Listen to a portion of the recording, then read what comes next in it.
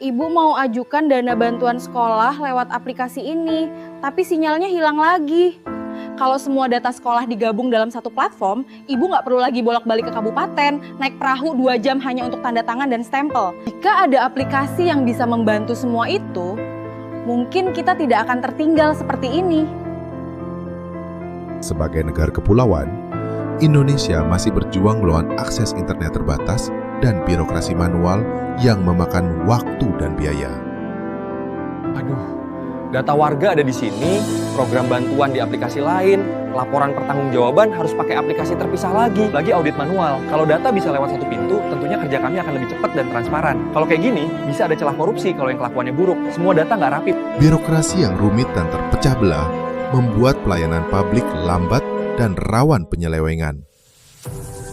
Gimana perkembangan apps terbaru kita? Ingat semuanya, negara lain sudah menerapkan government technology untuk pangkas birokrasi dan efisiensi anggaran dan sebagainya. Momen kita bikin satu platform terintegrasi tiba. Semua layanan publik bisa diakses satu portal. Bayangkan, AI bantu proses data. Warga bisa akses dengan mudah, pemerintah bisa ambil keputusan real time. Ini bukan sekadar software, ini fondasi kepercayaan publik yang baru. Inilah mahakarya anak bangsa. Bukan sekadar membangun aplikasi, melainkan merajut ulang birokrasi menjadi transparan dan tangguh. Sebagai bangsa yang besar, Indonesia dituntut untuk mendorong transformasi digital pemerintah dalam pelayanan publik. Ini merupakan proses yang komprehensif dalam mengubah cara bekerja, berkinerja, dan menciptakan nilai baru di semua bidang operasional pemerintah melalui penerapan teknologi. Urgensi ini yang mendorong Presiden Prabowo melakukan digitalisasi pemerintahan melalui sistem layanan digital yang terintegrasi atau Government Technology, disingkat GovTech. Dan respon cepat Presiden Prabowo sangat tepat. Di tengah tantangan globalisasi yang makin luas, Indonesia perlu menyiapkan diri memperbaiki birokrasi.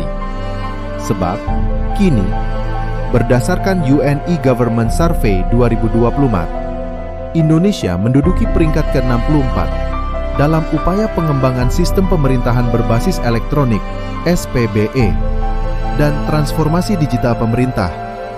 Meski naik 13 peringkat dari tahun 2022, negara ini masih menghadapi sejumlah tantangan kesenjangan digital.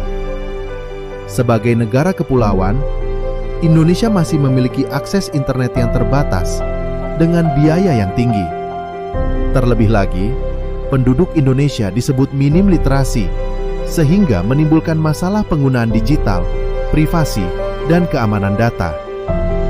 Ditambah, menurut Ketua Dewan Ekonomi Nasional Luhut Binsar Panjaitan, birokrasi Indonesia dinilai tidak efisien dalam mengelola aplikasi, dan ini rentan terjadi korupsi. Untuk itu, diperlukan sebuah jalan baru dengan mengembangkan GovTech.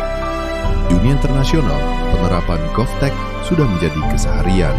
Platform ini disebut dapat mengurangi inefisiensi administratif melalui otomatisasi proses yang lebih canggih.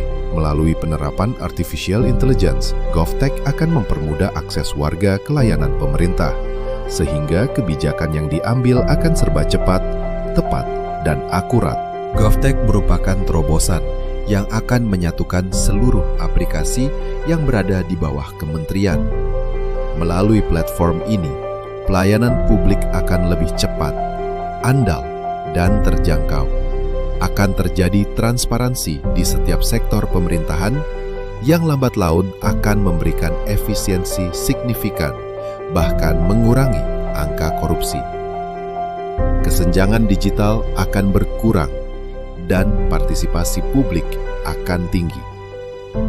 Inilah cara kita menata birokrasi, bukan sekedar membangun aplikasi, namun merajut ulang kepercayaan publik. GovTech adalah saksi bahwa teknologi dan gotong royong sesama anak bangsa bisa duduk semeja demi republik yang lebih tanggap. Kita tunggu 17 Agustus 2025 di ulang tahun ke-80. Indonesia akan merayakan pesta rakyat sesungguhnya yang ditambah dengan peluncuran sebuah mahakarya yang akan menggemparkan dunia.